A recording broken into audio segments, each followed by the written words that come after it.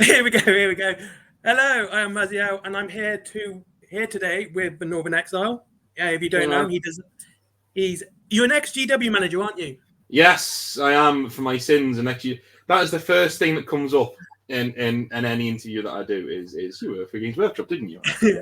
Well, Um, we're not going to drag up your past or anything like that you today. can do. I don't mind. You can go into it if you want. I don't mind. And I need to ask the most important question: Yep, have you got your cup of tea? I do. I do have my cup of tea. I don't start anything at the computer without a cup of tea. Although I am taking it without sugar these days. I was told by my mother that I shouldn't drink cups of tea because it's bad for your carb intake. But then my doctor told me otherwise and just said, no, just don't take sugar. It's fine. I was like, okay, cool. So I do. And here I am with a lovely pot of Yorkshire tea, and I'm ready to go. I'm fired up. That's good. I'm actually allergic to tea. Oh no, you poor man. I know, Oh, right? no. Anyway, so you are going to be starting your Exile verse, which is basically what I can gather things that GW have hinted at but never really gone Yes, through with. that is very recent news. Yeah, but that is something I'm going to be doing pretty soon. Is that I did a full series a little while ago. Not a full series, but I did a lore, shall we say, exploration of different factions and things. And what came up is that I did a section at the end of every video where I said, okay, well, I've complained about what Games Workshop have done. How would I do them differently? And eventually, the Exileverse sort of came from that. It came from me just doing that. And now I thought, well, why don't I just add them all together? So I'll write them all again, write them all together, and put them in their own little place. So the amount of people who've said, hey, this is really good. We'd like to read this, or we'd like to listen to it.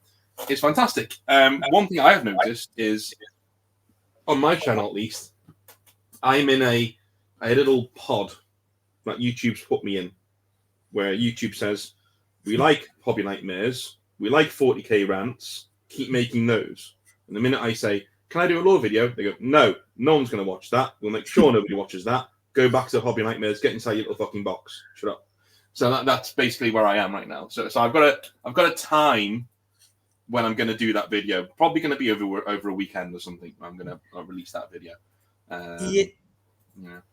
Yeah, I've seen the same sort of thing. Like, I want to do a news video, and YouTube's like, we're going to bottom this, and then I'll do like what I call is what would you make better, how to make it better, and YouTube's like, we like that. You get lots of views for that.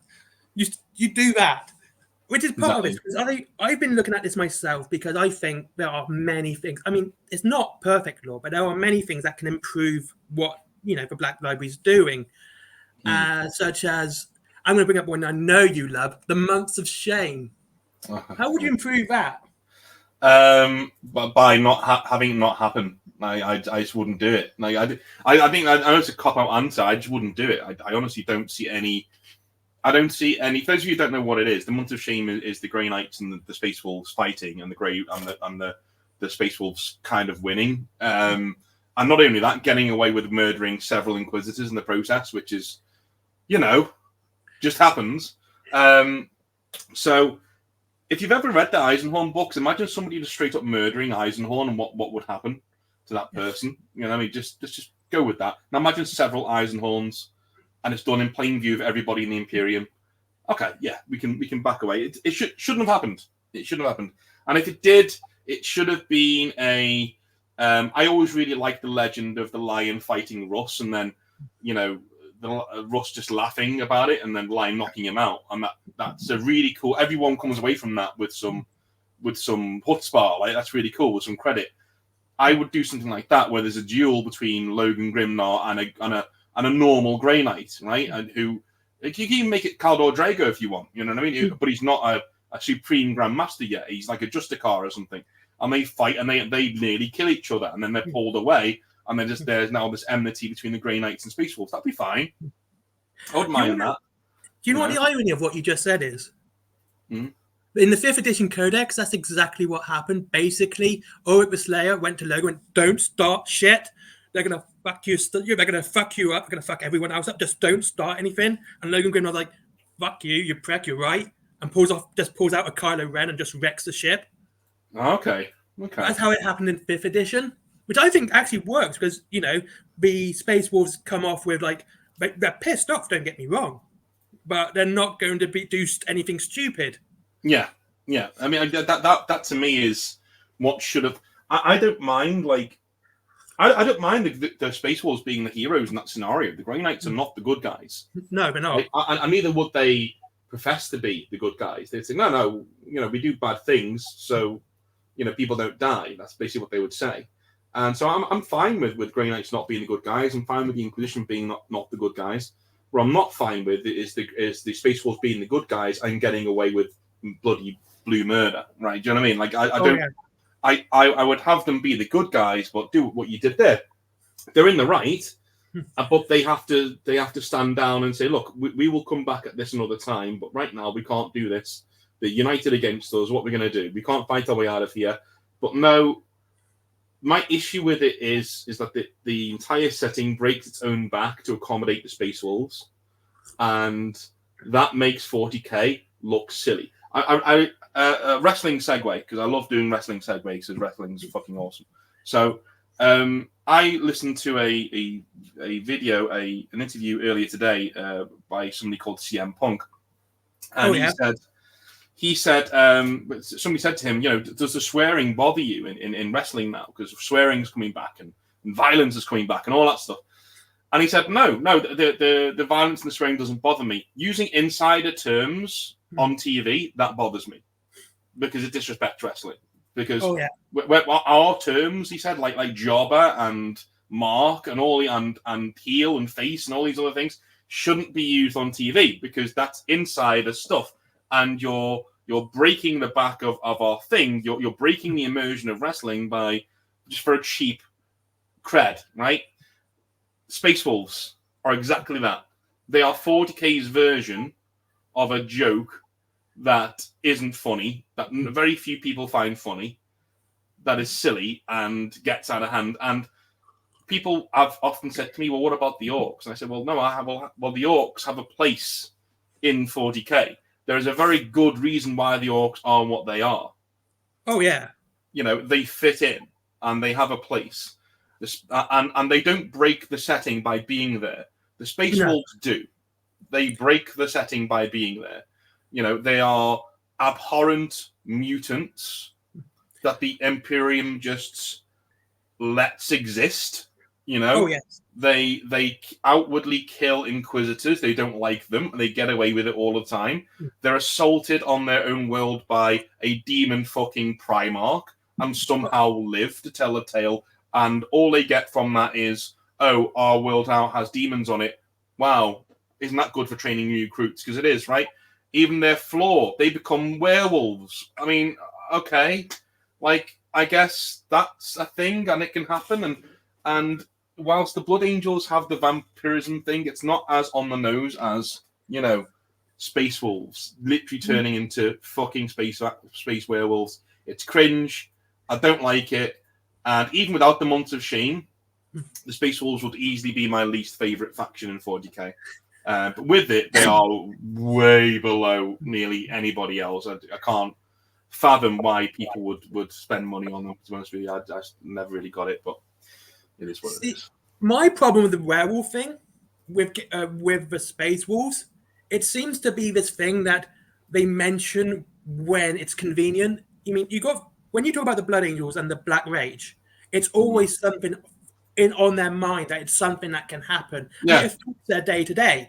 Where if you talk about the Space Wolves and this whole werewolf thing, it's like, oh, we quickly need to put it in to make sure people remember it's there. You know? Yeah. It's kind of like that meme of a writer having a self-insert character, and he has these flaws that are like mental things, like mental illnesses, but only the cool sounding ones. We've got those. We don't have any of the debilitating ones or the girly ones. No, we don't have them. We have the cool sounding ones. Shit like that. That's Space Wolves. What is their flaw? Or they're just too badass for their own good. And sometimes they just turn into werewolves and shit. It's like that's it. That's their flaw. Okay, right, cool. I mean, the reason why the Iron Warriors don't have many flaws is because they don't stand out. They don't, and they do have flaws. They have flaws that get them killed all the time. The Space Wolves don't. When was the last time the Space Wolves lost a battle? Oh no, exactly. In the lore, Just don't No, have exactly. one. You know? I agree. I mean, one of the things, my least favorite is the Imperial Fists. I'm very vocal on that. Okay. Almost as vocal as you are with Space Wolves. And to me, their biggest writing flaw is they have the final girl trope. Do you watch horror films? Yeah. So I don't have to explain what a final girl I know is. the final. Yeah. I'm with you. Yeah. Which means the last Imperial Fist will always survive no matter what. Yeah. Everyone else will die, but they'll get that last one who'll just live. Rebuild. I can now rebuild the chapter. You know. Yeah. Well, it's something that I can't remember who it was. It was a YouTuber. He was quite famous. I think it might have been Lewittin, who said, they just get the shit pushed in all the time. They are the worst Space Marine chapter. They die to a man all the time. The worse for that than salamanders. Like they just always lose and they always die. And yet one of them survives and they just rebuild the chapter again and off we go again. I get that, but at the end of the day, I'd root for them more than the Space Wolves because they lose. They lose all. I mean, the Iron Cage was like the worst. That was the worst defeat that they've ever had, and it was given to them by their worst enemy, and it wasn't even close. It wasn't like it was like everybody walks away with something. They got their shit pushed in by Perturabo and his boys. So I don't. That's the problem with Space Wolves to me. They are, and forgive me, Space Wolf players, they are the bully's choice. All right, the bully with not many brain cells plays Space Wolves. And they go around and they bully people like Thousand Suns players. It is a meme. It's art imitating life. It's Games Workshop imitating life. They do it all the time. There is here's an insider thing, right? An insider thing from Games Workshop themselves, right? When I was there, if you, I would often ask things that weren't very, shall we say, liked in terms of questions. There's one thing that I did say to one of my trainers called Chris, and I said, look, how do you guys feel? How do we feel about the customer base? Because the training that I'm doing sometimes seems a bit mean-spirited, when it comes to people who come into the shop, right? And he said, right, okay, if you know what we think about the customer base, just know many Space Marine chapters are based on sections of a customer base. And I said, what? Like who? And he goes, Red Scorpions. I was like, what? That's ridiculous. There's not even that much lore to them. It goes, no, there is. Look at it again, right? What are the Red Scorpions? They're elitist. They get all the best war gear. They got all the nice toys. They've got the most resources from the High Lords of Terror, right? They're obsessed with purity, and they look down on everybody around them, and they're genuinely snooty and not very nice guys to be around. In other words, they're people you buy from Forge World. Do you know why? Yeah. Because you can only get them at Forge World. Yeah, that was... Sorry, after you. Art imitates life. They've done it with the Thousand Suns. Thousand Suns are the nerds. They are the uber nerds of 40k. Most of the Thousands players that I know are very reedy, very bookish, very nerdy, right? And most of the Space Wolves players that I know bitch on Thousand Suns all the time, even though there's no need to, because they've got a clean win in the Horus Heresy. Hate them for no reason whatsoever, and just won't let it go. And are just these wannabe chads with very fragile egos. That's what I've come across. Again, sorry, Space Wolf fans. There are many of you out there who aren't like that, I'm aware. But by and large, the ones I've come across are like that, I don't know whether to be offended that when you said that about Thousand Suns fans. I love the Thousand Suns. And it's like, should I be offended by what you just said? No, because being nerds is brilliant. I'm a nerd. I know. But I'm not. There are different kinds of nerds. Do you know what I mean? There are bookish nerds. Like Thousand Suns fans love reading Black Library books. Like nearly everyone that I've ever known has been an avid reader. Do you have a camera in my house, dude? I have a bookshelf just full of Black Library. Well, this is why I did that video on what does your 40k army say about you. Like I've met that many people in this hobby that have formed these zeitgeist opinions on what your army says about certain people. Like Tyranids are for hot girls, they are. I'm sorry, they're for hot women. Like the amount of hot women I've known to collect Tyranids over the years is startling. Right, we've got 4 on my Discord. They're there, they're just there, and it is what happens. No, I agreed. Actually, I was listening to your videos. I become quite an avid. You're one of the few Warhammer YouTubers that I try to catch when you drop them. You and Mac are like the only two that I actually do that to. I really And like that. Yeah. Oh, he did a video with you, didn't he? About back in the day, I remember. You mentioned. no, he's done another one last week as well. Actually, oh, did he? Fantastic. Yeah. he's a good guy. I really like him. He had is, a good chat. Very, very, very kind with his time. This Mac. He is. I was quite surprised, to be honest with you. Yeah. He's going to hear this and go. It's just going to be all blushy and ooh. Yeah, I will say that he I wouldn't say he's that bothered about getting compliments, but I know he's like, oh, fuck off. I bet he is. He seems straightforward. This is like one of the reasons I like your channel as well, because you're straightforward, you're straight to the point, and I think that's great. But we're talking about what other things do you see should be changed in the GW universe? Because one of the things I've noticed is the cherry picking of lore. It's not deliberate as such, but where the lore is vast. Yeah. People will say like this thing happened, but they kind of miss out other points that could contradict it, or Yeah, I mean, they try and get around that, don't they? When they say, oh well, it's an unreliable narrative. The whole 40k is an unreliable narrative, which is fine. In response to your question, in terms of lore, there's too much to just into. Stick to your guns. Number one, I've got two answers to that question. One of them's in lore, and one of them's in real life. So number one is stick to your guns. If you write it in a codex, it needs to be paid off. You can't just leave a Chekhov's gun on the table and just fucking walk off and never fire it. It's got to be, if it's in the lore, you've got to use it at some point or it doesn't go in. That's it. Unless it's huge, like the Terminus Decree or something like that, that's fine. Leave that as like a, are they going to use it? Leave those. But in every single book, like Decimus in the Night Lords trilogy, there's no fucking godly reason why we don't know what's going on with Decimus anymore.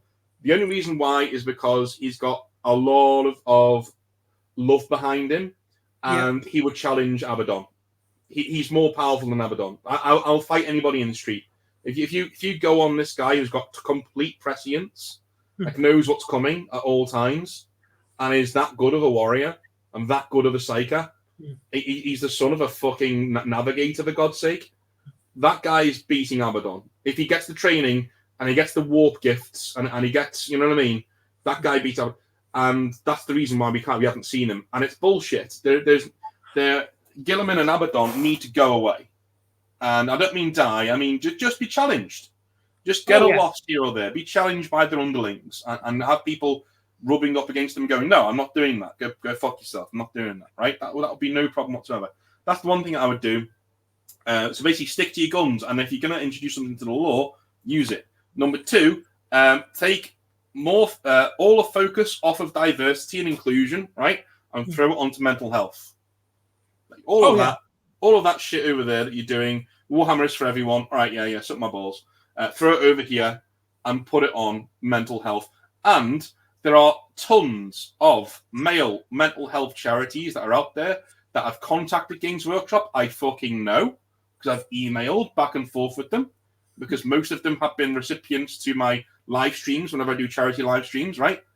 I know that they have contacted Games Workshop to do things and they're shut down each and every single time. Why? Because it looks like it's sexist because they're only doing it for men, not for everybody. And that's fucking bullshit. Absolute bullshit. They seem to not understand that 95% of their audience is male, and 95% of their audience, maybe of that 95%, a good 70% have had mental illness problems at some point. I'm one of them, right? Nearly everybody that I know involved in the hobby is here because they're broken by something and they want to be somewhere where they belong, and they found 40k, and all power to them. That's what I did as well. Oh, but they just sidestep that. I'm absolutely with you on that one. Yeah, they sidestep it and they don't want to discuss it. So I'll do that as well. Because believe it or not, the reason I actually started my channel, and I don't like talking about myself, is because I did have a massive mental breakdown. And I had psychiatric nurses come in and see me. And they said, well, you like Warhammer, talk about it. And basically, that's how my channel started. Yeah. You know, and no, I think it's very good for mental health. Look at Robin Williams. He was, he was a big advocate for mental health, and he used Warhammer to help it. And I think you're right. I think it's something GW should vote. It doesn't have to be just men's mental health. It could be for everyone mental health. Yeah, it does help. Again, I'm not saying we can't do women's mental health or anything. I'm just saying that they need to recognise that a vast portion of their audience are male, and a vast portion of their audience are getting their cope for life, or at least part of it, through 40k. And so partnering, can you imagine if they just partnered with Movember? They did something like that, where they partner with Movember, and they say, look, we want you to send in a mustachioed model picture that you've done, and all of the proceeds from this will go to whatever. That would be just fine. Just something like that would be fine. Just a recognition of what's going on. Because at the moment, they do fuck all. And it comes across that we are the people, we are 95% of their customer base, but they don't want us. That's how it comes across to me. We don't want you. We want a more diverse selection of people. Well, don't have your company be in fucking England then. Oh, especially not Middle England, Nottingham. Do you know what I mean? No. Yeah. Like go elsewhere then. Take your business and fuck off somewhere else. If you don't want us here, fuck off. Go to Eastern Europe or something. Actually, no, don't do that because they think go somewhere else. Just go anywhere else, but don't be here. You know, if that's your attitude, because it's the one thing that they do beyond law, beyond business practices, which are bad enough. It's the one thing they do that it makes my fucking teeth itch. Is that they don't get behind mental health and they don't support their own customer base when it comes to they seem not to. I don't think they want their brand associated with mental health. Why? Because we're all fucking nerds and people already see us as mentally fragile, so they don't want that. They don't, you know what I mean? They don't want to open that can of worms. Or I'd just smash it apart. Go, yeah, fuck it. You know what? All of our people are damaged bastards, and we love them, absolutely adore them. And there may be weirdos, but there are weirdos. All right, so keep sending us money. Thank you very much. Here's your plastic crack. Absolutely fine. But here's all your support for your mental health, and here's all your, you should be able to, have Games Workshop as a champion of the hobby. And if they are a champion of the hobby, there are a lot of people in this hobby who have been left behind. And I know that because I've got a whole fucking channel dedicated to it. The people who've been left behind and are thinking, what do I do now? I'm at my wit's end here. What do I do? I tell you what, I wasn't actually going to mention this because I didn't want to inflate your ego too much. But I do think you've got one of the most important channels. And I mean important, because what you do is you do talk about mental health. You are very straightforward in your answers. When it comes to mental health, especially, like I said, I've suffered. I am autistic. Giving me some sort of fluffy answer, I can only talk from experience, tends to get on my nerves. Yeah. If you were to give me a direct answer, it's like, right, now I know what I got to do. And that's one of the reasons I like your channel, because you are that sort of place where people can chill out and listen to good advice while talking about Warhammer. Well, I hope so. I mean, that's the one thing that I get from a lot of autistic, I can't call them fans, but viewers, is that they are very much like that. And I don't think, unless you've worked with autistic people, you're not going to know that most autistic people don't want to be treated like autistic people. They want you to tell them to fuck off if they're misbehaving. Especially if they're adults. If the kids, is another matter entirely. But if they're doing shit that's wrong, then treat them normal. Just no, you may be autistic, but I don't give you a free pass to be a dickhead. You know what I mean? We're playing the same game here, my friend. We're playing 40k, and you're not playing it nicely. You're not doing it in the spirit of the game. I think that's the main thing. So sometimes people will have. I get it all the time. When you said to me about the ego thing, don't worry about that, because I get enough things from people telling me to go kill myself that I do not worry about telling me I'm doing a good job, because I need it from time to time. Because my channel is one that when I speak to bigger YouTubers, I'm not going to name who they are. When I speak to them, they often do say things like, there was a channel like yours coming eventually. Do you know what I mean? It was always going to arrive, and somebody was always going to make a decent channel out of it. And it's good that you're there, but I would not do that. No, I can. No, I can see why, and I'm like, I do mean that you do an important job for the community, and I'm glad you are. I couldn't do it because honestly, it's not about fear. It's because I'm a fucking idiot. Okay. Right? I think we all are, mate. I wouldn't worry about it too much. But no, I do think you do a fantastic job because, well, we've segued into that bit because I think it's important to talk about mental health in the hobby. And but one thing I have realized starting YouTube and 40K is when you do a negative or a video that's slightly negative of GW, do you get more of a reaction than if you did a positive video? Give me one about the same thing. Give me 1 sec because I'm gonna negotiate some more time with my missus so I can stay on for a bit longer because I'm actually enjoying it. So 1 sec. I want to answer that 1 second. Okay.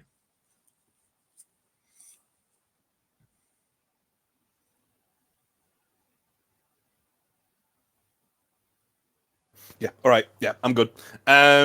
So yeah, sorry. Yeah, lads, you need to check with your missus if you're going to stay on the computer for a couple of hours because if she's sitting there waiting to watch a movie with you, she's not. She's cool. She just had dinner. She's fine. So what was that? So if I do a negative video on GW, do I get more views or do I get more? Find more reaction or more interaction?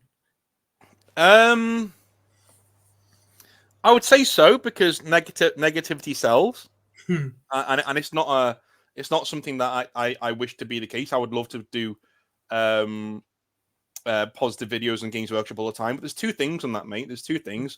Number one is that Games Workshop don't often give us reason to do positive videos, and number two, how do I word that? Yeah, they don't really give us a reason to do positive videos, and number two, the shill brigade would be out in full force. You know, this is a massive corporation, and the minute you start doing constant good things about them, the minute people say, well, how much are they giving you? You know, what models are they sending to you? Are you trying to get a job there again? And I think weirdly, me not having a job there and me not being liked by quite a lot of the retail brigade, they don't like me. I've been asked to leave Games Workshop shops before when they find out who I am. You know, like I'm not liked, and I think that gives my channel a weird authenticity in that they know that I'm not going to be shilling for them. And if I do give them praise from me, should be worth more than praise from, you know, somebody who they send models to. No, you know what I mean? Like, I agree with that because that kind of thing. I find that if someone is critical of Games Workshop and then they say something positive, always feels like, hold on, this deserves a second look. Where if someone's always positive and then they're critical, it's more like they sound like a dumped partner, or you know, they've been somehow shunned and now they're just sort of lashing out. Yeah, you know what I mean. Yeah, it sounds like they are, what's the word? Bitter. Yeah, bitter by what's going on. I'm the same. Like I'm gonna lie. Like I was very bitter at Games Workshop for a long time when I left. Mainly because they took my hobby away from me. But it's only through therapy where I realized, hang on, no, they didn't do that. I did that. I took my hobby away from me. Like they don't define my hobby. The fact that they made me miserable and they made me depressed and they made me question my own life when I was there. And I didn't like it at all. And I still look back at that time in my life as a very, very, very dark period. I got a lot of good stories out of it, but it is a very dark period in my life that I don't like think on too much. Which is why when people say to me, I get this one all the time, you're a grifter and you're talking about Games Workshop because you've got nothing interesting to say. And that's when I'm like, well, most of my stories aren't by me. That's number one. Number two, I don't like talking about it. It's not a very nice time in my life. It really isn't. And it's only recently where I've just said, you know what, I'm just gonna do what I want to do, and I'm gonna have fun, and I'm gonna talk about it. And that's where the channel came from. It was me just like talking shit and saying, well, do you know what? I'm not under any NDA. I'm not under any sort of restrictions. I may as well just come out and say how I feel. It might be good for me, and it was. Absolutely. One thing I think this is absolutely right. If you have any form of issues in your head, talking about it is one of the best things you can do. Or even to a smaller degree, is listening to someone going through the same thing. You know, it helps a lot because you can sort of relate to it and you can get it out at the same time. Yeah. You like myself and probably many others, we use painting as a meditative technique. It's fantastic. You do Grey Knights, correct? Yes, I do. Grey Knights, Space Marines, and I'm looking for a third army. I'm going to do one in 40k and one in Age of Sigmar because my missus is getting into Age of Sigmar, so I'm going to be doing one of them. But the other 40k army is probably going to be Xenos in nature, and I may do Eldar. I'm looking at some Eldar at the moment. I like the samurai feel of the Eldar, so maybe going over that way pretty soon. But yeah, those are what I have right now. I've done Eldar for 30 years. Mm-hmm. That's even before they were the big. I remember, like, I think one of my favorite things about Games Workshop as a hobby is the stigma you can get from your army. This sounds really bad, but it's like the stigma you can get from your army, even though you have been one of those long-time players. Yeah. Like you said, Grey Knights were big in 5th, and they were good in 5th. Mm-hmm. But even if you had done Grey Knights beforehand, back in 3rd edition, 3.5, the Demon Hunter Codex. Yeah, I know what you mean. Yeah. But then all of a sudden, you've been doing it beforehand. Did you ever have that issue yourself when you've done an army for ages and then suddenly they just burst into being really good, and you're like, and people were like, "Hey, you're just doing them because they're good now." I've had the reverse. So the reverse was I got out of the hobby for a long time I was in it when I was a kid in high school, and I collected Eldar in 3rd edition, and they were the most powerful faction if you knew how to use them. And I used to regularly. It was like me having a basketball and then walking into a basketball court and seeing LeBron James there, thinking, "Oh, I can do that," and then I just smack myself in the face with the ball every single time. Like that. That's how I would play Eldar, because they were a glass cannon, but fuck me, could that cannon knock things off the table if you played it right. I was not old enough to be playing Eldar on 3rd edition. Fully admit that. I just love the models. But it kind of chased me away because I was like, I lost every battle I was ever in, and I was annihilated. And so my friends all did Space Wolves, and they didn't give me any shit for it. And that's not where my hatred of Space Wolves comes from. In fact, that's the only time I like Space Wolves, because my friends used to do them, and I got good memories of them. But I got out of it, went through life, didn't do very much. Well, women came on the scene, right? So women and booze came on the scene. Out go the models, because who's going to get laid with a great big fucking Wraith Lord looking down at you from your mantelpiece? It's not going to really work. So went to university. Yeah, I went to university. Well, then when I went to university, I figured out it doesn't matter, because I've had Dread Knights. Look at the things my Dread Knights have seen over the years. I don't even want to think about it. But so I went to university, got into Grey Knights, and then I started getting a lot of shit from people saying, because the holdover from 5th edition and the Matt Ward codexes was still kind of prevalent, and it still is now even. And so people were just accusing me of all sorts of shenanigans and this and that and the other, and that didn't even exist in the game at that point. They just didn't. Like, they weren't there, but they kept on saying shit like that. And then as the game's gone on, Grey Knights have been basically in the bottom half of the meta. They've not really been.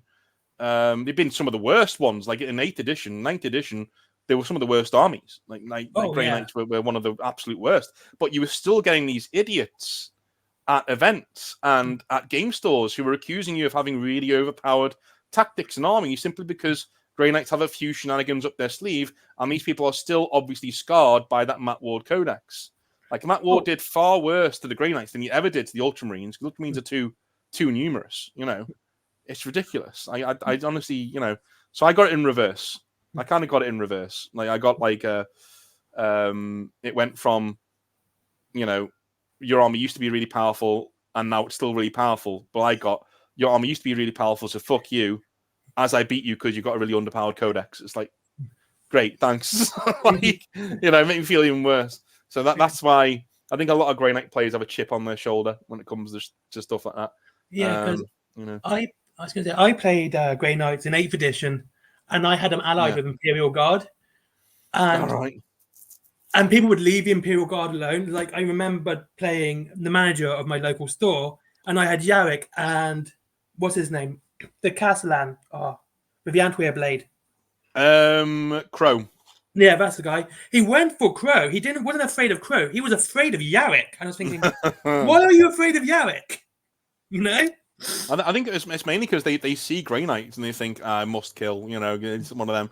But they give Grey Knight shit, but they don't give the Custodies shit. I wonder why. But again, it's a holdover from the Matt Wardisms. It's a holdover from all that nonsense, where they thought that it was okay to. Well, again, Matt Ward did a lot of bad things, and the Grey Knight Codex was one of them. I don't know any Grey Knight fans who say that was a balanced or good codex. It may have been good for us, but it certainly wasn't good for the game. But in terms of codexes, it's not the most brutal one I've ever seen. That'll probably be the Leagues of Atam when that came out. That was. I never read that one, but I do remember the 5th edition Eldar Codex. Yeah, and that was beyond brutal. Yeah, well. Because you could give your Guardians a 5+ invulnerable save. Mm. The Scouts you could give up to a 2+ invulnerable save. Mm. Because remember back in 5th edition, that's when they added levels on terrain. Yeah. And if you had your Scouts right at the top behind heavy level, you basically said where the Flamer template couldn't even reach. They were literally invulnerable at that point, and they just got to pin everything. Not that I took advantage of that rule at all. Yeah. Well, why wouldn't you? If it's in the rules, it's there. It was not obvious. One of the things I wanted to say, because you talking about, we're going to go back to the lore bit and bits are missing. Mm-hmm. Iliad was first mentioned back in 3rd edition. Yeah. What makes you think GW took so long to finally actually bring it back? Well, now I wish they didn't do it because they've not touched it since. Exactly. So again, it's one of those things where I just don't get the. I don't now. It looks like a plot device. That's the issue I've got with it. Now it looks like a lame plot device. That's what it looks like now. It never used to look like that. It never used to be a thing where you would think, Yiniad was an actual thing that was in the Eldar lore, and when they brought it back, I thought, okay, new faction, this is great. Little did I know we were getting Ivrain, so Gilliman could have a side piece, and that was kind of it. That was it. There was no real pushing on with the lore. There's no real pushing on of what was going on, and I think that's part of the whole gamut of 40k and why. But it's kind of a meme. You get Space Marines or you get nothing. And in terms of the lore, they know pretty much that most people are in the game because the lore arrested them and got them in. Oh yeah. So if you want everybody to collect non-Xenos, if you want everybody to collect Space Marines, why would you write lore for anything but Space Marines? Oh, exactly. See, I was thinking about it. So I was thinking about Ivrain, and I was thinking, she is the perfect person to bring back Jakatai Khan. Yeah, because she is a Drukhari. She has good relations with the Imperium. She has good relations with the Harlequins. She can get to Kimura without any issues with Rabbitic Gulliman, and pretty much bargain for Jakatai Khan back. And I'm just thinking, why wouldn't Games Workshop doing that when they've kind of got this entire setup, which is perfect? What's your thought? I know. It's not something that I've.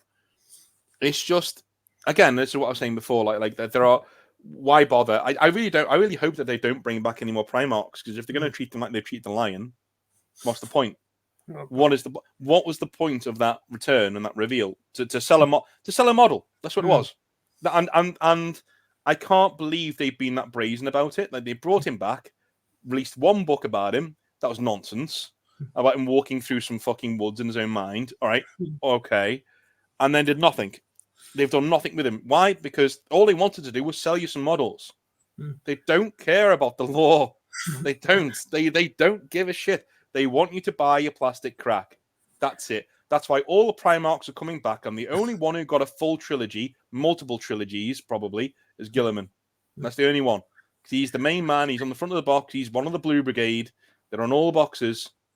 And the only reason that guy gets the airtime is because his guys are on front of the boxes that you're supposed to buy at Games Workshop or online, because they don't want you buying at Games Workshop anymore, because they want the Games Workshop stores to be like iStores. I just can't with this company anymore.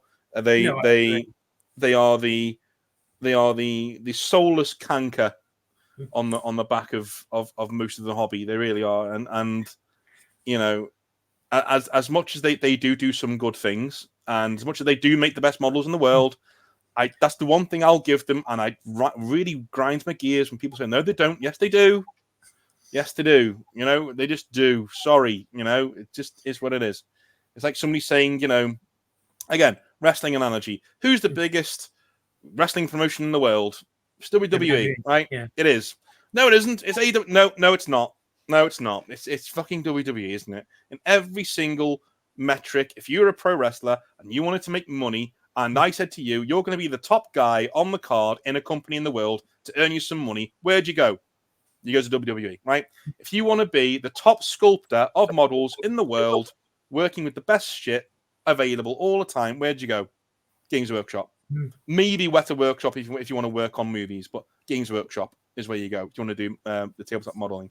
You know, fucking Rick Priestley owns one of their competitors. He does, doesn't he? And even he said, guys have left this studio, and he said, yeah, bye, because they've gone to Games Workshop. He said, yeah, they're the best. They're the best. He goes, yeah, right, bye, no problem. Off you go. No hard feelings, right? Because he knows. You know, and if you've got that guy saying they're the best, they are the best. They're just... I was going to say, I've seen Warlord games, and I think they make decent models. They do, yeah. But one thing I have noticed lately in the hobby itself, as a general whole, we are seeing more different games and different companies coming forward. Yeah. Is there anything else you play apart from one-page rules? Other companies? There isn't, but I've started to. I do have a set on the way of a Caesar, Ave Caesar. So I've got that on the way. Hail Caesar, sorry, that is on the way. Ave Caesar's the film, isn't it? So yeah, I've got that on the way. And I'm going to start getting into more historical, ancient, and medieval wargaming, mainly because something else that I'm doing for this year as my project. So I've got the Exile verse, which is the first one will be in the summer. The first big video will be in the summer. But the other thing I'm doing is writing my own fantasy wargame. I'm doing it as something I can just release on the channel for free, essentially. So it's going to be one of those where I don't tell you what models to use, but I tell you what bases to use, right? So it'll be that kind of thing. And so, you know, historical war games are a really good way of getting into that. I really do like the look of the Song of Ice and Fire rule set. I think that's a really good rule set and really good models too. I've got to look at that one because you're the second person to say that to me. Yeah, it is good. It does look good. The Skyrim one was good. The skirmish game was brilliant. Like I played that once and it was really, really good. So I was really happy with that. And so there are lots of different games out there that you can get into. It is a good time to be a wargamer. As much as I have a go at Games Workshop, you know, even Games Workshop are releasing top level shit, you know, in terms of models. If you're looking to be a gamer, it's different, you know. If you're like me and you like the modeling side of the game, you like the lore side of the game, these are good times, even if you're not getting all the lore that you want and they're being very frustrating with the lore that they brought out. The lore will always be there, and it's so vast, you can always discover new things. I discover new things nearly every day in 40k. That's how big it is. And I've been doing this for decades, you know, reading up on 40k lore. So even if they don't bring anything out, there's still there's so much shit there. You're never gonna lose it. It's the gaming people I feel sorry for, kind of, because you know they also kind of ruined the hobby. But but it's the gaming people I feel sorry for, because I just, you know, there's something that I'm not a huge fan of him because he's done some weird things in the past. That what was his name? The ginger guy with the long hair on YouTube. What's his name? Nice guy, Midwestern US. Do you know what? That's going to do my head in. I was just watching a video of him the other day. What's it called? What was his name? Midwestern. Goobertown. All right. So He said something the other day, and it was very, very, very profound to me. It was like he said that the 40k rules change at such a rate. They change faster than my will to play the game does. Do you know what I mean? Like it recharges faster than my will to actually learn them does. I've butchered that, so I'm going to go actually find that quote because that's going to do my head in, like, well and truly. Oh, I agree, because one thing I discovered, I think it was 8th edition, when I started to get a bit of a slump with 40k. And you go onto games, you go on the website, you go, you look for something different to paint and and preferably play. Yeah. Have you ever done that? So you just found a model or seen something like, I want to paint that. It's not 40k. Yeah. It's not, which one actually drew your eye first, sort of thing? Well, first of all, the quote is, "The rules change faster than my ability or desire to learn the new rules." That's how I am with 40k. That's why I'm not. And in terms of what models have brought me in, I'm going to cheat because technically you can play him in Fantasy and Age of Sigmar. Baylor, the new one. Every single inch of that model is perfect. He is a lovely model. Absolute perfection. I've got a weird thing for his feet. Don't click that. Whoever's reading that. But I do. It's clawed feet. The way that they're on the floor, they actually look like dinosaur feet. And they're the best dinosaur clawed feet that they've ever done. And these guys have released like Seraphon and Lizard Men and shit like that. But it's an absolutely, his pose is great, his sword is great. I really want to model my chapter master walking towards him on a diorama like that. Oh, yeah. How fucking epic. It's just an absolutely brilliant model. And if you're looking at centerpiece model, it ain't Archeon, that bullshit. That's terrible. It's a terrible model. No, Baylor Core is your centerpiece model. And that it makes me want to do Chaos so bad, but I just don't like demons. But I fucking love. I as a Grey Knight player, I love Baylor Core as a model. And that should say all you need to know. Like, it's just an amazing model. I don't like things like Khan the Betrayer. I think he looks silly. He looks like he's doing a shimmy sideways, things like that. It just yeah. But Baylor Core, yeah, that's the shit right there. That really is. That's some good stuff. What makes me laugh about the Khan the Betrayer model is it always looks like GW can only do this one running pose. And it goes, I think the first time I ever saw it was all the way back on Inquisitor. Remember that game, the big one? Yeah. And they had an Arbites woman with a dog, and she has exactly the same pose. And I was talking to my friend and said, "Look, Khan runs like a girl." Well, it's true. Like, for such a legendary character, it's terrible. It's just a terrible model. I know people are going to say, "Oh, I quite like it." Well, that's fine. That's the curse of YouTube. And I said this yesterday. The curse of YouTube is literally anything you say. You could say the sky is blue, and somebody would say, "Actually, where I am, the sky is pink because I have to call a vortex above my head today." And all right, mate, I know, because you're the one person out of 9 million that this doesn't apply to. Fine, but why take the time to put it in my comment section? Do you know what I mean? Like, why? Oh, well, I think you're fine. No, mate, that's you. That's you, not everybody else. I absolutely agree. When you said that yesterday, I've had that conversation with people and they said, "Oh, but this happened to me." I'm like, dude, you're the exception, not the rule. You're just proving the fact that, like, I mean, you're the reason why I said that, because you're a literal, and I think people get the wrong idea as well, is that they seem to take offense at the fact that I've said something that, like, say, the young lady the other day who said, "Well, I collect Sisters of Battle and I'm a woman." It's like, well, great. Congrats. Like, you're amazing. You're an awesome person, right? Like, you're a unicorn. But just because you're a unicorn doesn't mean unicorns are common. It's hard to call unicorns. They're not common. You're not very common. Even if you hang around with other unicorns and quite a few of your kinds of players, that doesn't mean they exist everywhere. They don't, and that's why I made the point. Oh no, I absolutely agree. Because guess what my daughter plays? Well, collects. She doesn't play yet. She collects. Necrons or Tyranids? Nope. Ah, Black orcs. Templars. Black Templars. Okay, Yeah. no, I like that. That's cool. And she's also plays orcs. That's great. That's And great. my little girl, she's autistic. She's such a lovely little girl. And she said the most orky thing I've ever heard. Black Templars are the orcs' best friends. And I thought, that's exactly the way the orcs think. Yeah, it is. And it is literally how they would be like, these guys are brilliant. Like, everywhere we go, they just want to smash our heads in, and we love it. That's just, yeah, exactly. See, yeah, I like it. I know. And one of my favorite things about like 40k is, like you've said, it gives us such a way to adapt our own way into the game and hobby. You know, we can our own painting styles, our own lore. Do you think Games Workshop could start? Because right, I got to restart this question because I'm going to start stuttering. Right.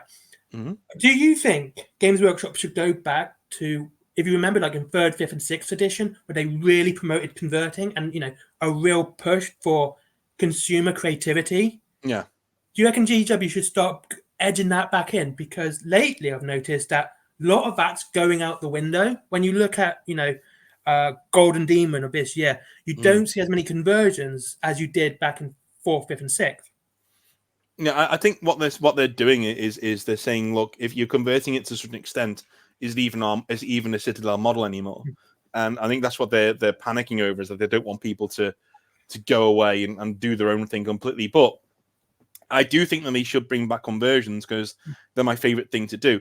What I would do, instead of, so people have said to me like they should do modular sets, and I disagree, because the amount of dynamic posing you can do in modular sets is way beyond what you can do in a set that needs to have many different options in it, right? But what I would do is I would make the normal sets. Let's say you've got like my main base at the moment for conversions for Space Marines is the Assault Intercessor set, because they're all running and they look really cool, close combat models. So most of my Grey Knights now are Primaris sized, because I've combined the new Primaris Terminators with Paladins to make massive Paladins, right? And they look the shit as well. I can't wait to take some photographs of them when they're done. And the Purifiers are, you know, Stormcast Eternals with robes on, with Grey Knight helmets and arms and shields and shit, and they look fucking amazing. And that's what we could have. But what I suggest is that we have the same sets that we have now, but they bring out conversion sprues.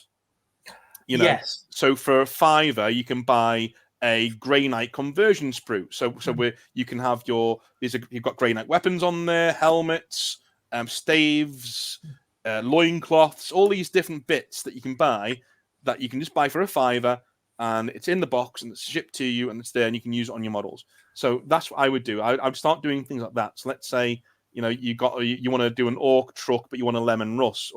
Sorry. So you go out and you say, okay, instead of buying a Leman Russ, I want the cannon of Leman Russ. You should be able to go and buy it. Okay, there's the cannon of Leman Russ. It's fine. There's the markup for it. And if they wanted to start selling STL files, that'd be where to start. Start selling STL files of conversion bits.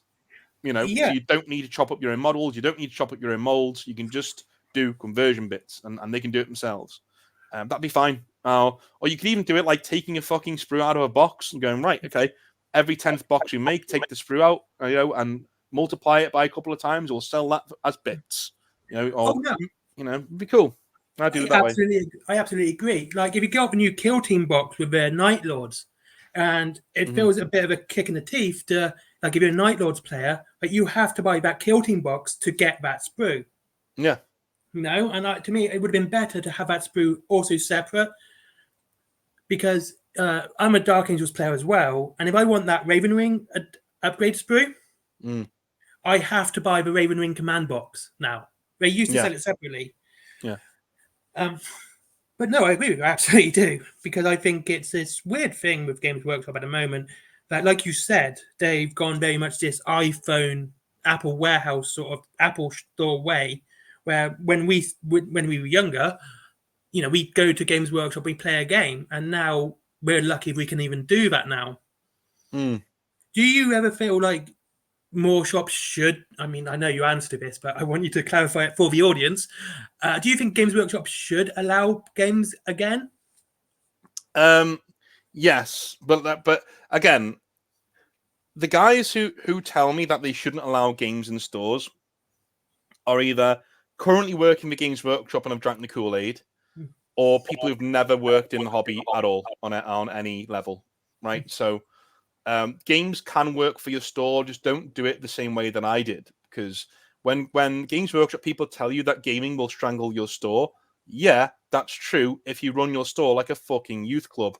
By the end of my time at Games Workshop, I was so done with the place that that's what I did. I didn't give a shit. I didn't have any standards. I said, no, just come in, do what you want. I don't care anymore, you know. And my store made very little money in the last few months that I was there because I just didn't want to sell anything. Couldn't be bothered. I hated it. Absolutely hated it. And it's mutual. Like, I didn't like them, they didn't like me. And I got to the stage where, you know, I basically just gave up. I was done. But I saw firsthand what gaming done improperly does to your store. You know, nobody buys anything. They treat your store as a place to come and do their games, and that's fine if you're charging for the game space, like other stores do. But you can't do that at Games Workshop, right? So you're putting effort in for no returns. They're not buying. I'm not going to buy the models at your store because gamers, by and large, watch the pennies. I'm not going to come to your store and buy at a markup when you can go and get it for 10% off down the road. Why would you? Oh, no, I would definitely.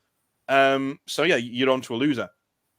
But you should allow games in stores, and the reason for that is if you do it properly, if you, for instance, one thing that I've seen work and it worked for me in my early days at Games Workshop is that you go in and you do a campaign, a full campaign in your store, and you do an escalation campaign where what we did in the store is that we said, we're going to do a conversion campaign. So you're going to have this one really powerful unit in your army that you're going to build the army around. And they're all going to be named characters in this unit, right? And they're going to be 1 or 2 sets at Games Workshop. You've got to buy them in store, and you're going to get 1 or 2 sets, right? Convert them together, and that's your thing. So we had one Imperial Fists player who got a Breacher squad from Horus Heresy, and he got that on my store computer from Warhammer World sent to him.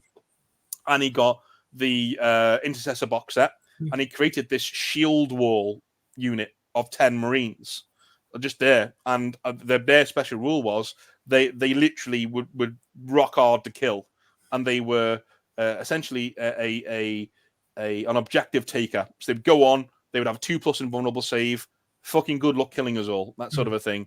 And that was his special rule. And that's what we did. And we made bank doing that. And, you know, I did it every couple of months. I'd do another one. We would escalate it again. Okay, we now need another unit. It's reinforcement time. You guys go and do it again. And they would do it again. They would spend the money again. They would come in. If you give gamers a reason to spend money in your store, they will reward you by spending money. You know? Oh, yeah. Definitely. And so if you use gaming to do that, you will make bank, and you'll do very, very, very well financially at your Games Workshop, despite doing games in your store. You've got to link them to a campaign, you've got to link them to an overall narrative, to an event, to spending money. You've got to link your games to spending money. You can't charge people for coming into the store and using your hobby space. That's not what Games Workshop do. But you can do is that you can encourage people to get. You can say you can play games in the store, but it's not going to be in the campaign unless you buy one of these box sets, right? A good way of doing that was with Start Collecting or with Combat Patrol now. It's going away now, but that's one of the reasons why it's going away, because they don't want people going to Games Workshop stores organising events of Combat Patrol because they don't want gaming in store anymore. I've noticed that my local store went from you could play 2,000 to 1,500 to 1,250, then Combat Patrol. You can only play Combat Patrol, and now that's pretty much dying out. Yeah, and it's slowly weaning it off. Yeah, it does. It looks like a slow death sort of thing. You know, you're watching something die slowly. And we're just coming up to an hour, so you know. Yeah, it's fine. Okay. And one thing I've noticed, it's not just Games Workshop doing this. Like, if you go to video game shops as well, I've noticed, there's a lot less sort of focus on selling the games or seeing how they played. And I don't know if you've noticed this yourself, but a lot of these now shops, which were geeky, tend to have, I don't want to say tourist employees, but people there for a job, not the hobby. Have you ever noticed that in hobby stores? Yeah, I noticed it at Games Workshop when I was there. There were a few coming in. One guy joined from the police because he joined. I think he had quite a big payout from the police because he was injured or something, and so he didn't really need the money. He just needed some pocket money, so he became a Games Workshop manager. And he was one of the most insufferable, arrogant, down look nosy pieces of shit I've ever come across. And he didn't like the hobby. He just didn't like the hobbyist. He didn't like the hobby. And he proudly said, no, I banned all games in my store. I told them all to get out. I didn't want them to be there. And then eventually I relented and said, look, you can have a 500-point game in store, but that's it. But because I went in there with such a hard line when I did that, they all liked the fact I'd let them back in. Even though they were doing 2,000-point games in the store, now they're doing 500, to where I want them to be. So they're going to do what they're told. I just thought, well, that store's going to fucking tank. And it did. It didn't do very well at all. But he still stayed there. He stayed there for like years after I was gone because he played the game. He played their game. Like he didn't give a shit about what money his store made. He just wanted to be a nice boy to the people who were above him. And his store was empty near enough all the time. And he had an easy life. He was there till he got bored and he left and he did something else. So again, they were there even when I was there. So, he didn't like the hobby. He didn't like the people in it. It was always saddening, well, especially now, when you walk past a Games Workshop and you see the tables empty. It does sort of like hit you in the gut, doesn't it? Yeah, it does. And are you looking? Right, you play video games, right? Yeah, love video games. So are you looking forward to Space Marine 2? What coming out?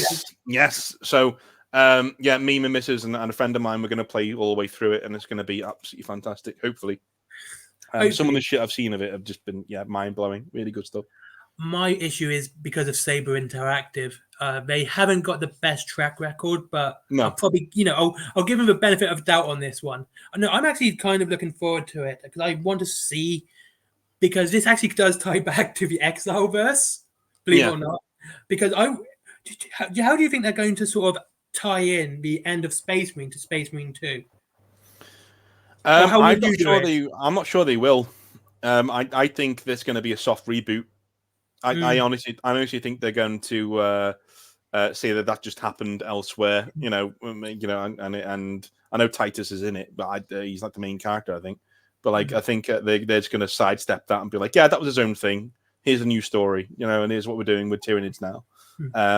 I'm thinking, I'm liking the fact that it's like a tyrannic war. Hoping we can get tyrannic war veterans in the game, things like that. That'd be pretty cool. But I just don't. I see what you mean about gaming in general, about how you're quite frightened of how it's going to go. Because so am I. Like I don't trust. I think gaming as a whole is in the shitter right now. Yeah. And it's just full of greedy assholes, and even when it's not, we get people who are determined to complain, and determined to bitch and moan until the whole thing is ruined for everybody. We have got Gamergate 2.0 running at the moment. I mean, I was there for the original and it wasn't very good, and so I doubt the sequel is going to be any better, to be honest with you. No, it's making the same mistakes as last time, even though this is one of my. I'm a big advocate for the customer. I always want. When I speak about any product, I always want to make sure the customer's getting biggest bang for their buck. If I don't like something, I'll try and talk about it objectively. I've seen you do the same. Yeah. And so when it comes to consumer advocacy, what sort of things do you say with Games Workshop are good things they do, mediocre things they do? Let's not go bad. We can talk about bad till the cows come home. Let's talk about good and kind of good and mediocre. Okay. So in terms of consumer advocacy, good things that they do. Communication. It's pretty good. I like the fact that they do communicate. But I'm going to be honest with you, dude. When a company charges what they do for plastic miniatures that are worthless to them, there's only so far I can go with my praise of their consumer advocacy, because they're basically stealing from you whenever you buy something from them. Oh no, I agree. So- I agree. So, you know, I mean, the only reason I've been able to do the models I've done, like my conversions, is because I don't get paid by my main sponsor, Composite Games, right? I'm sure they won't mind me saying this either. I don't get paid because it's a very small company. So instead, I said, look, I'll take my payment in one model set a month or something, and I save them up for 6 months, and then I get 6 model sets as one. Okay, in they come. That's what I get. So for all the business I send their way, I don't get any money, but I get models every now and again. And that's how I've been able to do it. But I couldn't afford to do the army if I wanted to. I couldn't afford it, right? No. I couldn't afford it when I was working for Games Workshop, for God's sake. Now I did 50% discount. So, you know, in terms of consumer advocacy, I would say I like the fact that they're going into Adepticon now. They're liaising with a lot of the tournament scenes. All of the official people who are advocating for the consumers, Games Workshop are talking to them. People like Vanguard Tactics and all those other people, they're actually getting involved with them now and talking to them. So I think the real customer advocates are actually the hobbyists themselves. We're being our own advocates. But Games Workshop are doing a very good job of staying on top of talking to them and making sure that we're involved. The mediocre stuff, I'm gonna be honest, like in terms of reveals and things like that, I think it's just a steady ship. It's just going along quite steadily. You know, the numbers are coming down from COVID. You know, they were way up there in COVID, and they've had a steady decline since.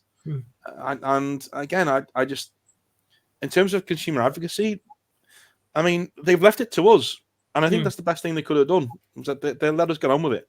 You know, they're there to sell us models, and I can't be the one sitting here like when all of the I'm going to say this, the BLM stuff was going on, you know. Oh yeah. And Games Workshop was saying, oh, you know, those who don't understand don't matter. You shouldn't be here. You know, all that sort of stuff. I basically said I don't have a dog in this fight, but your place in this equation, Games Workshop, is to sell me grey plastic toy fucking soldiers. So shut your mouths. Shut your mouths and don't talk to me about anything else in the world, because you don't get an opinion, especially after what you did to me. You don't get an opinion. Sorry, you know. And I'm the same with customer advocacy. They've been so bad at it for so long. They don't get a dog in the fight. They can piss off. We'll do it ourselves, and we have done it ourselves. And I think we're doing a good job as well. Oh, I agree. I agree, because I'm starting to see on YouTube nowadays that we're getting the shield. I'm noticing a lot of the shills starting to sort of disappear, and more people who are like, "Look, I like this, but I don't like this." Yeah. And I mean, I've started watching Eons of Battle because I like all types of wargaming anyway as well. And when we're getting people like that who are willing to talk about other games as well, because Mordian Glory mentioned it as well, about I can talk about Warhammer and I'll get good views, but if I want to talk about my favorite game, which is Wild West Exodus, I just as well shout at the wall. Yeah. But the way I've seen wargaming going at the moment, it's going to be better for people to start talking about other games. You like one-page rules. Yeah, I love it. Yeah. Have you ever thought about talking about that into more depth on your channel? Yeah, I mean, I have done a few videos on it, on why. In fact, Thursday's video is literally titled "Why I Walked Away from 40k," and it's literally just about me, why I'm not doing it anymore, why I refuse to play into 40k. 40k is a shit game. Sorry, guys, it is. As a game designer myself, in my spare time, as somebody who knows professional game designers, it's shitty. It stinks a fucking donkey do. It really isn't very good at all. It is a game that doesn't deserve the excellent models or fan base that it has. Unfortunately, there are much better games out there in the market. You mentioned one of them just then, and for me, it isn't fit for purpose. It's not the market leader. You know, in terms of quality, it's not the market leader. In terms of money, sure it is, but it's not in terms of quality. Nowhere near. So you know, maybe one day I will. But that's the reason why I'm doing that video on Thursday, is that I walked away, and I don't think I'll be coming back to 40k for a long time, because one-page rules does it better. You know, like I know people went to Adepticon, bloody Ravage Star does it better. You know, I'll tell you what. In Adepticon, I think Mantic pulled the biggest balls move I've ever seen from anyone. They went to Adepticon, Games Workshop's big convention sort of thing. Yeah. With an IP that made more money in a week than Games Workshop made in a year. Yeah. They went there with Halo, and I was just thinking that's a big balls move. Give us Halo.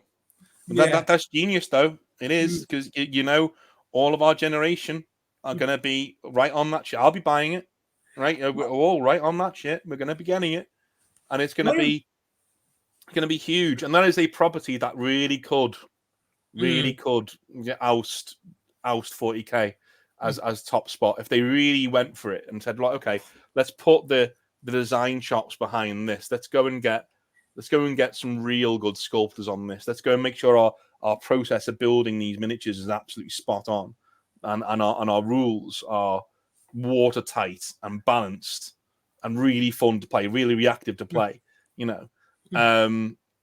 could really make some waves there.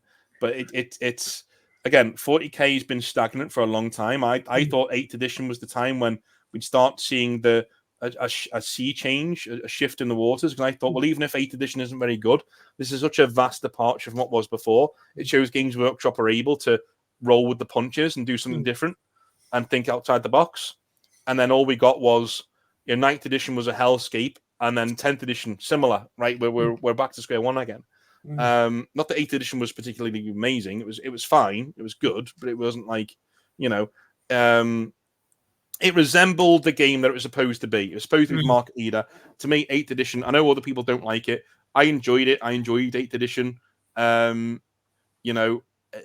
resembled the market leader, and it still resembled 40K. But unfortunately, the game's just moved on. Like the hobby's moved on to the point where people's attention spans are shorter. We can't sit there, and the one main thing of 40K, I've said it for years, even before Gen Z came along and ruined the world for everybody. I've been saying it for absolute years. Nobody in a war game should be standing there for 45 minutes to an hour watching their opponent do shit. Yeah, I actually agree with that, because one thing I like about most games now, and I'm trying to think of a game that doesn't do this, is instead of my army, your army, turn-based, it's my squad, your squad, my squad, your squad. Yeah. It just makes the game so much quicker and so much faster. Yeah. And I'd like to see them actually, put that into 40K. Yeah, it is. I don't. The only reason why GW don't do that is pig-headedness. It is. It's the only. It's something else that somebody else came up with, or somebody else really, really did. OPR does it, right? And they just don't want to do it. They literally, no, this stands us apart, even if it's shit. It makes us different, so we're going to do it. Didn't Games Workshop actually do it first? They did years and years. Yeah, they did. They did. With Lord of the Rings. Lord of the Rings had that turn-based. They did. Yep. So I think again, what they're saying is, what my point there is that 40K has never been that. No. And instead of them porting that over from Lord of the Rings, if they did it now, it would be like they were taking something from OPR, they were taking something from, do you know what I mean, and making it their own, which isn't strictly true, but appearances mean everything to Games Workshop, and which is why they chase their IP litigation so thoroughly. Is because as soon as they don't do it once, they fear that people are just going to start taking the piss with it, without realizing that their best advertisers are people who do it for free because they just like 40K. Yeah. See, one thing I have noticed, Games Workshop, because we'll tie this up soon, because I don't want to upset your missus and you watch your film together, is they have started to copy other companies, but not brazenly copy them. Because one thing I have noticed is this, their Combat Patrol game they're going to put onto Vanguard. And I think this is a good idea. You've got the rules free, you just need the one box. But I have seen almost every other company do this, that go, well, you want to play our game, you just need this box and the rules. And I think that's a good move for Games Workshop. And, having the rules for free now as well. Do you think they'll ever start doing that more predominantly with like the codex rules, such as the data sheets? Do you think I'm going to be honest? I'm going to be honest. I thought my optimism was such that I thought they might do it in 10th. I thought that's where we were going. I thought finally we're going to see Games Workshop. You know, we're starting to do online rules, free rules. Great, okay. And then they're going to start doing all electronic rules. So your rules will update on their own. You don't need to. All you need to do is download them from the website. They're free. When you buy your box, inside of your box, there is a code. You go online and you download your rules for free, and they will automatically update on your iPad or whatever. Whenever we release a new set of rules, and there'll be a notification saying, "Hey, you got new rules. We're downloading them. Make sure you check them for your next game." Brilliant. I thought that's where we were going, and I thought this is great. This is brilliant. And even if 10th is a disaster, it's a fixable disaster now because all you need to do is patch until the cows come home, and you'll be fine. But no, we got. Not only is our game fucking broken, we're going to charge you to fix it. Oh, God, so here you go. You want your codex? Right, £35, please. Thank you very much. There's your rules. Oh, they're all broken. I guess your book's useless then. All right, sorry. Well, download this on the app, and you'll get and they're abhorrent. Abhorrent. Yeah, and that was a gut punch. I agree with you because when I saw that and they were doing the data sheets, I was thinking, "This is good. This is great." Exactly what should be going. I was absolutely behind that. And then when the first codex dropped, I was like, great, that codex is not going to just cost the price of a codex. Now you got to buy Warhammer Plus on top to use it online. Yeah. And then what made me laugh is now the game's unbalanced. Like it wasn't perfect before the codexes dropped, but it was pretty good. And then this happened in 9th as well. Yeah. And 8th. We had index armies in 8th edition, who were relatively balanced, not great, but relatively. And then we get the first codex start dropping, and the arms race starts, and it happened in 9th with Grey Knights. Grey Knights were the first codex released in 9th, and I was super, super stoked. I was like, this is great, awesome. Then the rules were kind of all right, and I was like, okay, they're not overpowered. They're just more clarification and more options. That's all there is. And if every codex is like this, fantastic. Then God dropped and blasted everybody into Kingdom fucking Come. And here we go again. Because they can't seem to help themselves. They see the money. They see the money to be made, and they go for it. And they I'm going to use the word, they rape the shit out of their own game for money. And they do it every single time, and we don't learn. I'm sorry, I did learn this time, and that's why I walked away to go and do OPR on my own, apparently, because none of my friends will play it with me. That's fine. I like painting anyway. And I'm not stressed about learning fucking rules every 2 weeks, so it's fine. I'm actually with you on that one because I was the same. It's like I walked away and I started playing Wild West Exodus when all my friends were still paying 40k. And I was like, you know what? Fuck you guys. I'm going to paint my cowboys and Indians. Fuck you lot. Yeah, exactly. Yeah. Go and paint your Halo. Go and get into Lord of the Rings. Go and get into Song of Ice and Fire. There are some amazing models out there. Go and do some of them. Go and support these other indie companies. Go and have some fun. And or stick with 40k and cut Games Workshop out of it. Go and buy from a third party retailer or eBay or something. Just cut them out. Don't use them. Just like no, you're gonna buy the codex. No, because your rules fucking suck, and this book will be useless in 2 weeks' time. So why would I? Why would I? I see people going to. I see my friends who are excited for the Orc Codex. I'm looking at them going, are you retarded? I need to say, I hate saying the word. Do you know what? Do you know what? When people say that word around me, because I use it a lot. Yeah. I get really because I am mentally retarded. I mean, properly, my brain just doesn't work like everyone else's.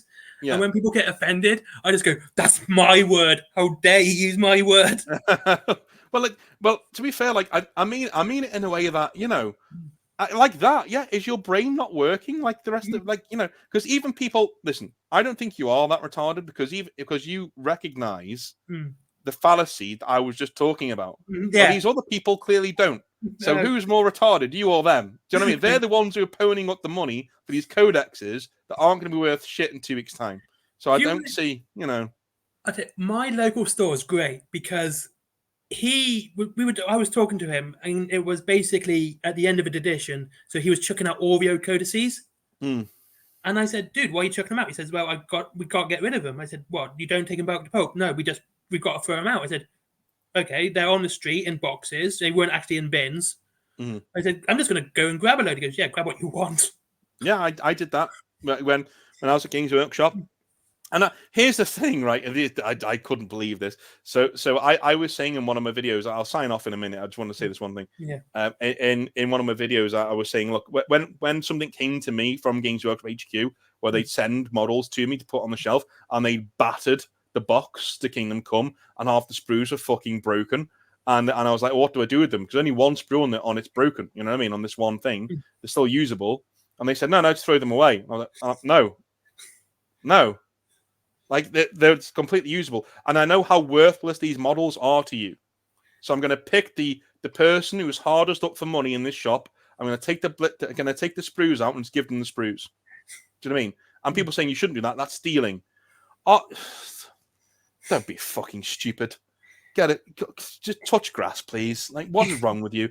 Like, this person who can't afford an army, they're going to have that memory forever of standing in Games Workshop, like wishing they could have their own Tau Force, and then the Games Workshop manager striding over to them and going, "Hey, son, what's that? That's 3,000 points of Tau that I can't sell because the sprues aren't even broken. That sometimes like the grey bit, that holds them together at the top is broken. So none of the models are. I still can't sell it. So there you go. I've had to lost them and throw them away. So I've thrown them away into your bag. There you go. And you are never losing that customer ever again. That guy will die for you. He will literally go to war for you. Oh, yeah, definitely. I'll tell you what, we'll sign off now. This has been a great chat, man. I've really enjoyed this. I'm glad I've you too, man. Yeah, it's been really, really fun, yeah. All right, so that's been... I'm going to end recording because I want a quick chat afterwards anyway. That's been Northern Exile. I hope you all enjoyed this nice chat with him. I hope you didn't get too offended. If you did, never mind. And I'll see you in the next one. Goodbye. Bye.